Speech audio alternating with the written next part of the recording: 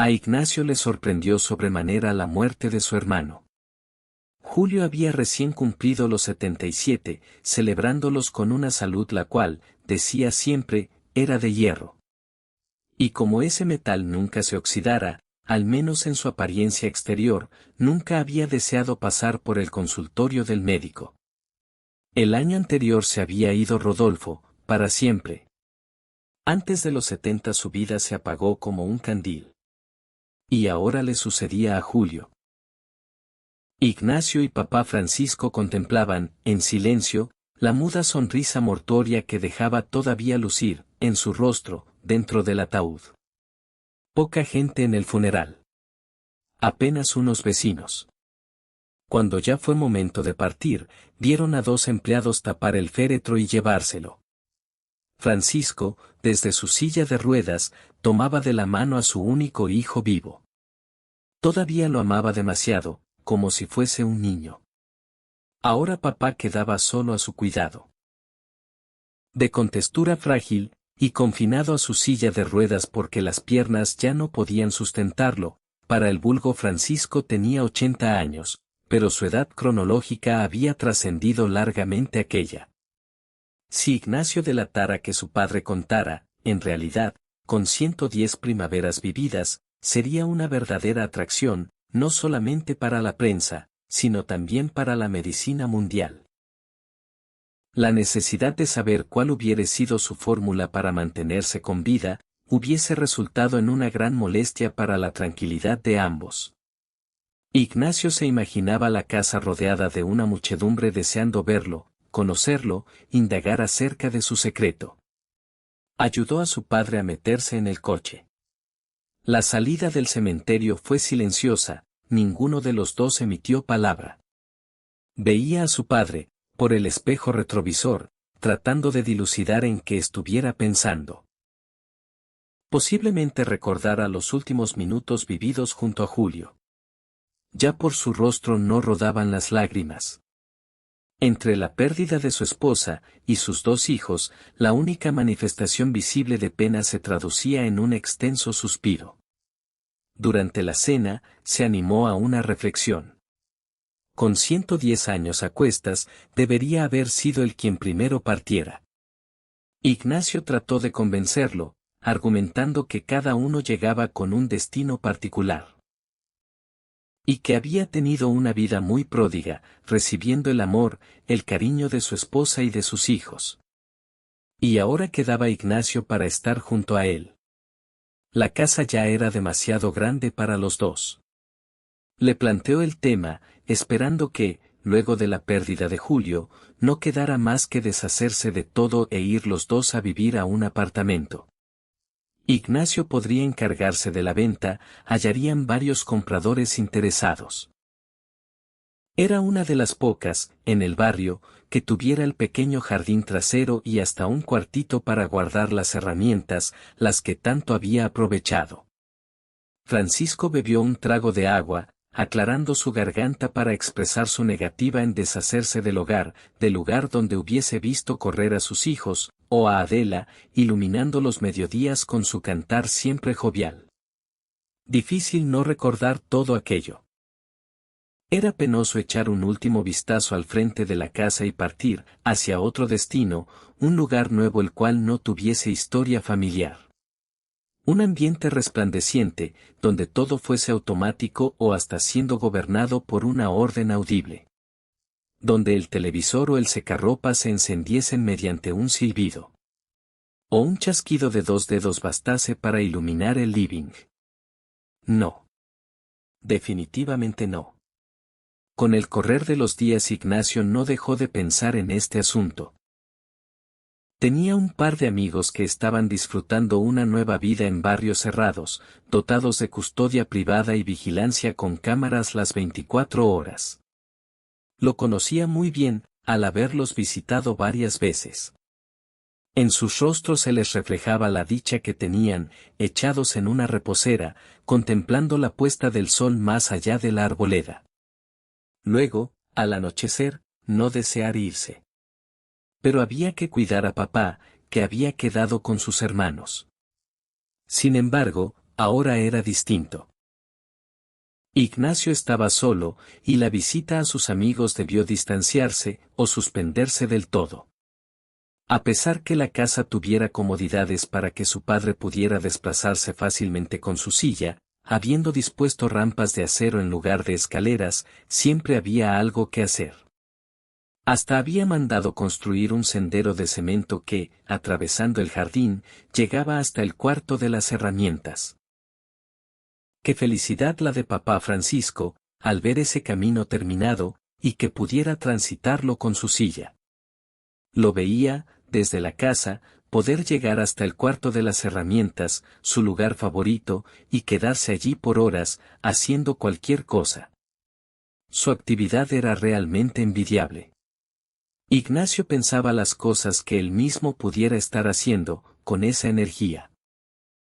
Una tarde de domingo la dedicó a acomodar las ropas de sus hermanos fallecidos, separando aquellas que pudiera usar y, el resto, darlas en adopción. Por la ventana veía a su padre, en el jardín, disfrutando del sol. Habían quedado temas pendientes para conversar, y uno de ellos, si no el principal, era la venta de la casa. Con el dinero que obtuvieran, además de conseguir una propiedad más pequeña, el resto lo pudieran reservar para viajar a algún lado. Claro que esto último, en el estado en que se encontraba Francisco, sería difícil de llevar a cabo. Imaginó las dificultades que acarrearía tener que trasladarlo con su silla de ruedas. Los cuidados que debería tener, hacia él, se verían doblemente complicados, en un país extranjero. Y tener en cuenta gastos de seguro, además de traslados y alojamiento. Si, al menos, estuvieran vivos sus 2 hermanos, cualquier tarea, con referencia de su padre, se haría más sencilla. En este sentido, le debía mucho a Julio y a Rodolfo, por haberse ocupado lo suficiente y necesario, durante tanto tiempo. Con el paso de los años, Ignacio fue notando cierto mejoramiento en la salud de su padre. Hablaba más, y hasta reía ante algún comentario gracioso. El domingo, por la mañana, Ignacio salió a caminar un poco. Sin desearlo, sus pasos lo llevaron a pasar frente a la iglesia. La misa había terminado, no obstante entró a saludar al vicario. Saturnino era muy conocido de la familia. Había sido el encargado de oficiar misa en nombre de mamá Adela, cuando falleció. Se saludaron muy cordialmente. Durante el transcurso de la conversación, Ignacio dejó deslizar comentarios acerca de la longevidad de su padre. Era conocido, por ambos, el hecho que sus 110 años fueran reales, y que se ocultara la edad genética original por un pacto consensuado entre los hermanos y el mismo vicario, para no despertar inquietud en el barrio. Saturnino, bajando el volumen de su voz, hasta casi hacerlo inaudible, preguntó si, alguna vez, Francisco hubiese ido a visitar a Cavazor. Ignacio comentó que era la primera vez que oyera ese nombre, que no tuviera idea quién fuera. Saturnino completó su relato, poniendo una mano en el hombro de Ignacio, buscando su confidencialidad. Cavazor era descendiente de sudaneses y, según decían, tenía poderes extraños. Tal vez yendo a verlo pudiera ayudar. Lo vio anotar una dirección en un papel. Al entregársela, pidió que no se lo comentara a nadie, dado que pudiera menoscabar su profesión. Ignacio abandonó la iglesia con una serie de interrogantes dando vueltas por su cabeza. De inmediato sacó su celular y llamó al número que había anotado Saturnino. Cuando el taxi frenó frente a una casa con un pequeño jardín delante, supuso que no hubiese vuelta atrás, que lo que pudiera hablar con esa persona marcaría su destino y, quizás, el de su padre también. La puerta se abrió, recibiéndolo un hombre alto, de piel oscura. Vestía una sencilla túnica de lino, de tonos suaves, ceñida con un cinto de cuero negro. Ambos pasaron al living, donde varias máscaras africanas, de madera pintada, custodiaban las paredes y semejaban ser centinelas de todo lo que allí ocurriera. El hombre se presentó como Cavazor, de larga estirpe familiar, todos procedentes de la orilla izquierda del río Níger, en Sudán. Sin más preámbulos, al momento de hablar Ignacio expuso su caso. Su inquietud era la longevidad de su padre, y que pareciera, en todo momento, acrecentarse su buena salud. Además, estaba el tema de la venta de la casa, operación a la cual se negara constantemente. Cavazor hizo silencio por un instante. Preguntó si, por casualidad, se llamara Francisco. Ante esta inquisitoria, el rostro de Ignacio se iluminó. Cavazor explicó que, hacía un par de años atrás, había llegado un anciano, en silla de ruedas, acompañado por un hombre de, más o menos, de entre 60 a 70 años. Francisco llegó a saber de la existencia de Cavazor, y solo había ido para que le fuera hecho un péndulo. Los pensamientos entrecruzados de Ignacio no le permitieron entender con claridad lo que estaba escuchando. Cavazor explicó que, los péndulos que hacía, lograban perdurar la vida de quien lo tuviera o a quien fuera dedicado.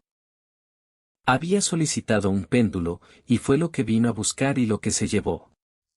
Ignacio sacó su pañuelo del bolsillo, secando la transpiración que cubría su frente. Pidió más explicaciones, dado que no estaba entendiendo. Cavazor invitó a que lo siguiera. Ambos salieron del living, entrando en una habitación en la parte posterior de la casa. Sobre una repisa había 3 pequeños péndulos. Hechos con armazones de madera, medían 20 centímetros de alto, y solo uno de ellos estaba funcionando. Todos tenían una bolita de acero que pendía de sendas tanzas. Cavazor comentó que, para que cumplieran su propósito, era necesario que, durante el armado, se recitaran antiguas oraciones secretas, tradiciones de transmisión oral. Los péndulos se armaban a pedido, y una vez que la bolita comenzara a oscilar, no habría que detenerla, simbolizaba la continuidad de la vida. Señaló el péndulo que estaba funcionando, lo había armado para él mismo. Y ya tenía 230 años. Francisco vino a pedir uno. Lo debe tener guardado en su casa.